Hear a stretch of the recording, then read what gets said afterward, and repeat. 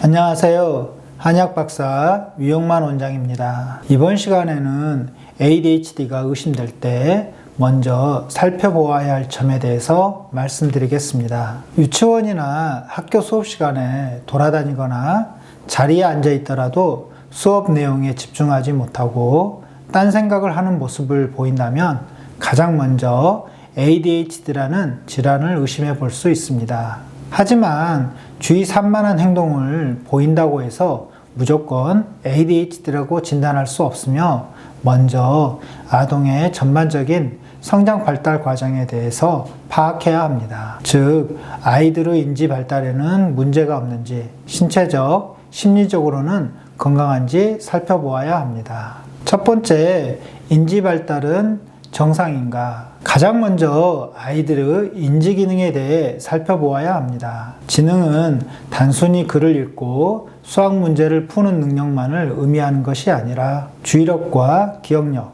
언어, 공간 감각, 운동신경, 고등사고, 사회적 사고 등의 다양한 부분이 포함됩니다. 전반적으로 지능 발달이 늦은 아이들은 자신의 행동을 통제하고 주의를 유지하는 능력이 낮기 때문에 산만한 행동을 보일 가능성이 높습니다. 학습 능력을 잘 이해하지 못해 쉽게 흥미가 떨어지므로 주의력이 부족하다는 평가를 받기 쉽습니다. 또한 지능 발달은 정상이더라도 몇 가지 인지 기능의 부족으로 인해 학습 장애가 있는 아이들의 경우에도 학습에 쉽게 실증을 느끼므로 산만한 행동을 보이기 쉽습니다. 두 번째, 심리 상태는 편안한가? 어른들도 마음이 불안하면 일이 손에 잡히지 않는 경우를 흔히 경험합니다. 이성이 충분히 발달하지 못한 아이들은 더욱더 감정과 정서의 영향을 많이 받습니다. 부모의 잦은 싸움으로 인해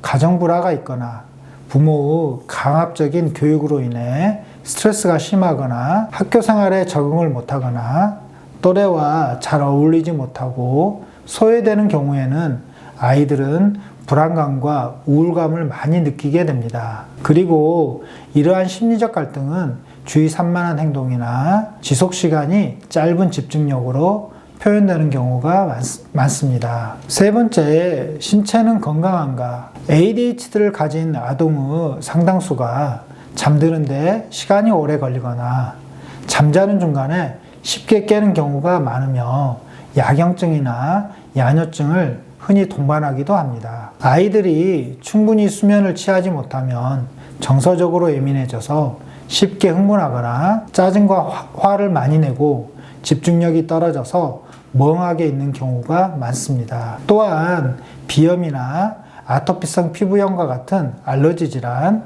빈혈, 뇌전증 등과 같은 질환을 가진 경우에도 차분하지 못하고 산만한 모습을 보입니다. 결론적으로 주의 산만한 행동을 보인다고 해서 무조건 ADHD라고 진단할 수 없으며 먼저 아이들의 인지 발달에는 문제가 없는지, 신체적, 심리적으로는 건강한지 살펴보아야 합니다. 다양한 원인을 살펴보지 않고 단순히 산만한 행동만을 보고 ADHD로 진단하는 것은 아이에게 큰 상처를 주게 됩니다. 또한 ADHD로 진단되었다 할지라도 신체와 정서 상태를 개선하는 노력 없이 단순히 약물 치료에만 의존해서는 안 됩니다. 이번 시간에는 ADHD가 의심될 때 먼저 살펴보아야 할 것에 대해서 말씀드렸습니다.